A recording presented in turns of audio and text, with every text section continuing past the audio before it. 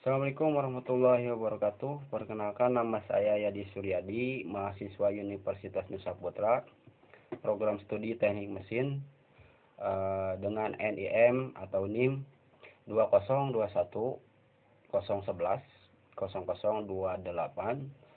kelas TM21B. Di sini saya akan menjelaskan tugas mata kuliah Teknik Pengukuran dengan tugas pengantar teknik pengukuran. Oke, teknik pengukuran atau pengantar sistem pengukuran ya, mempunyai konsep dasar pengukuran ya.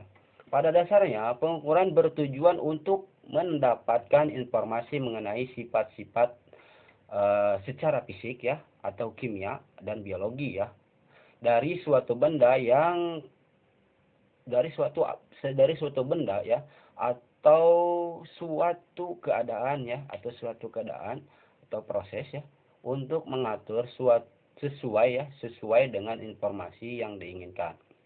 Kemudian bantuan alat atau dalam hal ini ya alat ukur dan instrumennya ya diperlukan untuk mentransformasikan ya informasi tersebut secara kualitatif dan kuantitatif untuk mendapatkan atau untuk ditanggapi oleh indera manusia ya. Kemudian selanjutnya adalah konsep dasar dari pengukuran tersebut adalah suatu proses mengaitkan angka secara objektif dan empirik ya atau empirik dan objektif ya pada sifat-sifat objektif atau kejadian nyata sehingga eh, angka yang diperoleh tersebut itu dapat memberikan gambaran yang jelas mengenai objek ya atau kejadian yang diukur. Kemudian data dari empiris misalkan ya. Data empiris tersebut adalah data yang diperoleh langsung dari sistem pengukuran ya. Sementara data proses itu adalah data hasil pengolahan dari empiris. Misalnya perhitungan dari beberapa variabel ya. Kemudian konsep dasar dari pengukuran adalah mempunyai beberapa proses ya. Prosesnya itu adalah proses mendapatkan informasi ya tentang nilai variabel suatu sistem ya atau suatu proses atau mendapatkan informasi tentang nilai dari suatu besaran fisik. Informasi yang didapatkan dapat berupa data kualitatif ya atau kuantitatif. Kemudian teknik pengukuran atau pengantar sistem pengukuran dapat diaplikasikan dapat diaplikasikan ke beberapa misalkan bagian ya. Misalkan beberapa kepentingan lah dapat digunakan beberapa kepentingan. Misalkan kepentingan pertama desain ya atau rancangan bangun. Yang kedua adalah pengendalian atau sistem kontrol.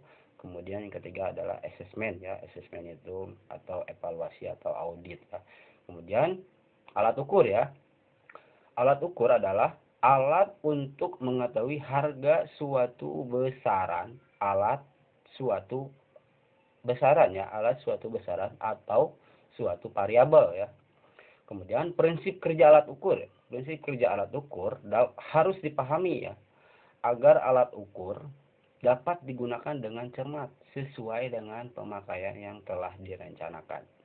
Kemudian gambaran proses dari pengukuran adalah menghubungkan antara proses dan pengamat, merubah sinyal menjadi yang dapat terbaca oleh pengamat dengan standar unit tertentu ya. Kemudian karakteristiknya nih, karakteristik dari sistem pengukuran mempunyai dua karakteristik. Pertama adalah karakteristik statis, yang kedua adalah karakteristik dinamis. Karakteristik statis tersebut adalah karakter yang menggambarkan parameter atau instrumen dalam keadaan steady ya. Sementara karakteristik dinamis itu adalah karakter yang menggambarkan respon ya atau tanggapan atau dinamik ya atau misalkan fungsi waktu lah sama ya. Kemudian instrumen adalah alat ukur yang mempunyai sifat kompleks yang minimal terdiri dari beberapa komponen. Pertama, misalkan transducer atau sensor atau elemen pengindra ya, elemen pengindra ya, seperti sensor-sensor ya, kayak gitu.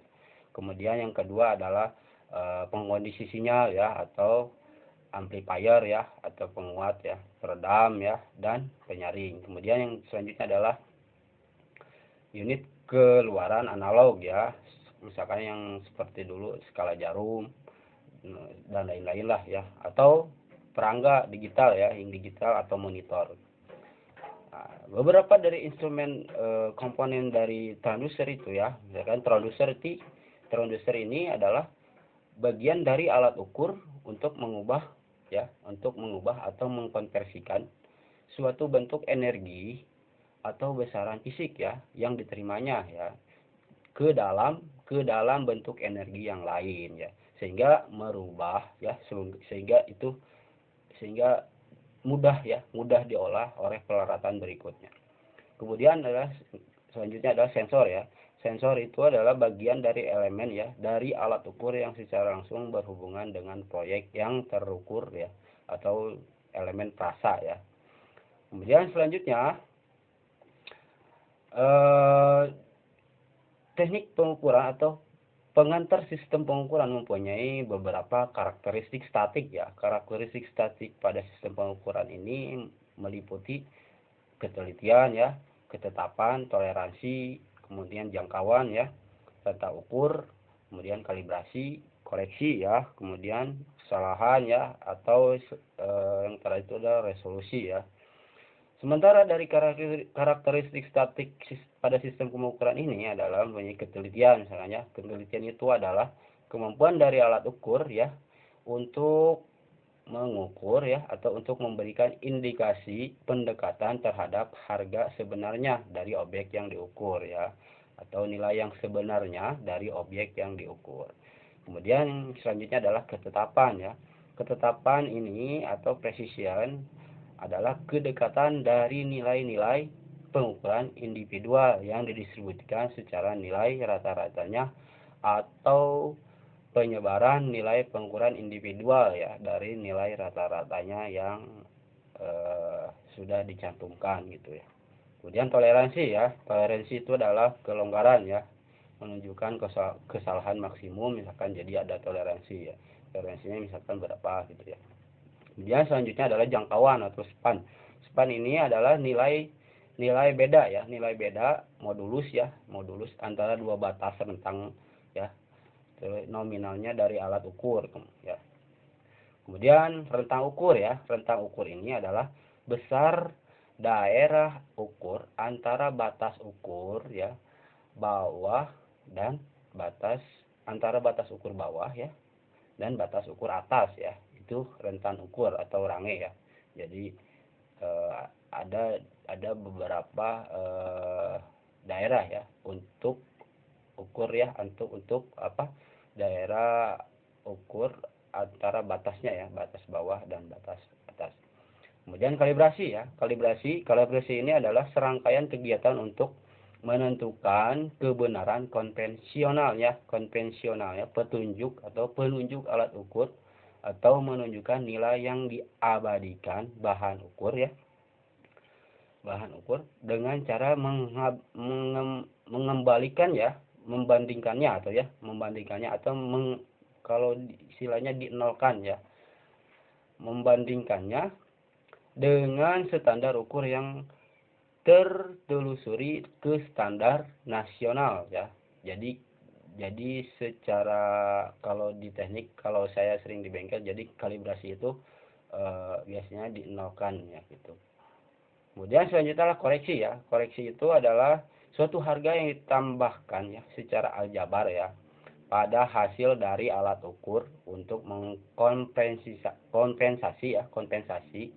penambahan kesalahan sistematik.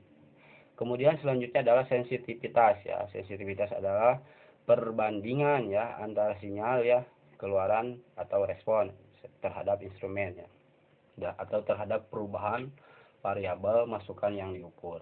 Kemudian selanjutnya adalah repatabilitas ya, repatability ya. Repatabilitas itu adalah kemampuan alat ukur ya untuk menunjukkan hasil yang sama dari proses pengukuran yang dilakukan berulang-ulang ya secara identik ya atau identik lah ya seperti itu. Kemudian selanjutnya adalah kesalahan ya atau error ya. Itu adalah penyimpangan variabel yang diukur dari nilai yang sebenarnya ya. Kemudian adalah resolusi ya. Resolusi yang kali ini adalah perubahan terkecil pada nilai yang diukur ya dari respon suatu instrumen ya. Itu saja yang bisa saya jelaskan. Mudah-mudahan ada manfaatnya. Bila ada kata yang salah, mohon dimaafkan. Kemudian bila ada kata-kata yang tidak benar, mohon dikoreksi. Terima kasih atas waktunya. Assalamualaikum warahmatullahi wabarakatuh.